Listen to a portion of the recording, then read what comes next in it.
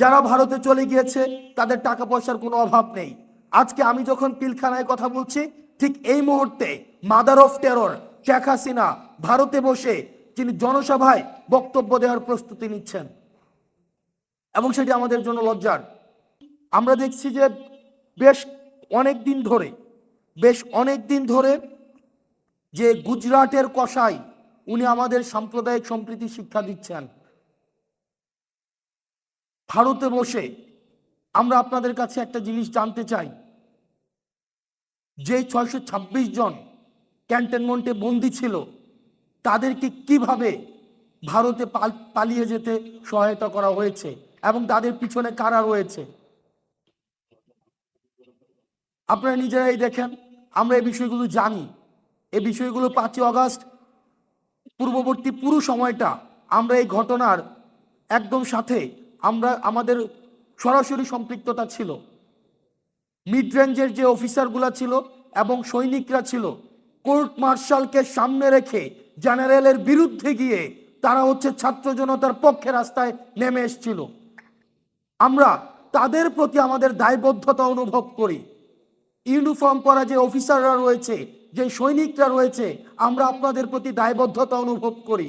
আপনাদের দায়বদ্ধতার জায়গা থেকে আপনারা নিশ্চিত করবেন যে এই 626 জন যারা এই ফেসিবাদের এনাবলার ছিল, কোলাবোরেটর ছিল, এই ফেসিবাদের যারা পৃষ্ঠপোষকতা দিয়েছে, যারা এই ফেসিবাদকে ডালপালা আকারে মহিরূপে গড়ে উঠতে সহায়তা করেছে, তাদেরকে কারা সীমান্ত পাড়ি দিয়ে আজকে ভারত এক্সিট করে দিয়েছিল, আপনারা সেই বিষয়টিকে নিশ্চিত করবেন।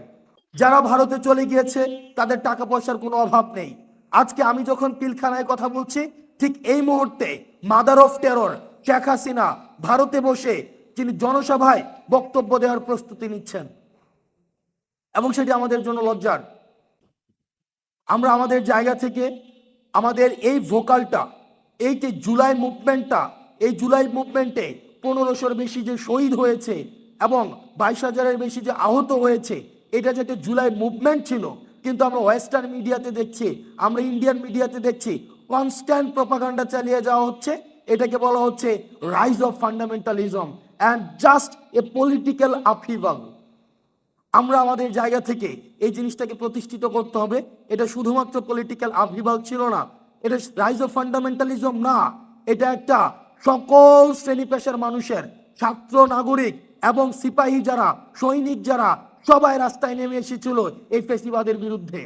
এখনো পর্যন্ত এই যে কফিনের যে দৃশ্যটা আমার চোখে ভাসে, যে নিজের সহকর্মীর কফিনের দৃশ্যটা নিয়ে যাচ্ছে, এবং এই মাটির সবচেয়ে কঠিন মনের মানুষ যারা, সবচেয়ে দৃঢ় প্রতিজ্ঞ মানুষ যারা, তাদের চোখ দিয়ে পানি পড়ছে এবং তারা নির্বাক। আমি এই পিলখানাতে দাঁড়িয়ে সৃষ্টিকর্তা কবুল করেছে, আমরা যখন আসতাম যেতাম এবং এই চেতনাটা ধারণ করতাম, এই বিচারের কথাটি আমরা অন্তত এটা প্রতিষ্ঠিত করে দিয়ে যাব, এবং সৃষ্টিকর্তা এই সুযোগটা হয়তো আমাদের অন্তত বলার সুযোগটি দিয়েছে। আমরা আপনাদের মধ্য থেকে এই দাবিটা আমরা আরো বেশি বেশি চাই, যেন আপনাদের মধ্য থেকে এই জিনিসটাকে আপনারা এমফাসিস করেন। খুব দ্রুততম সময়ের মধ্যে এই পিলখানা হত্যাকাণ্ডের সাথে যারা জড়িত ছিল, এবং নিরপরাধ অসংখ্য অফিসার রয়েছে এতদিন পর্যন্ত যারা কারাগারে রয়েছে, ট্রায়াল অ্যান্ড এররের মধ্য দিয়ে যাচ্ছে, দ্রুততম সময়ের মধ্যে যেন এই বিচারটিকে নিষ্পত্তি করা হয়।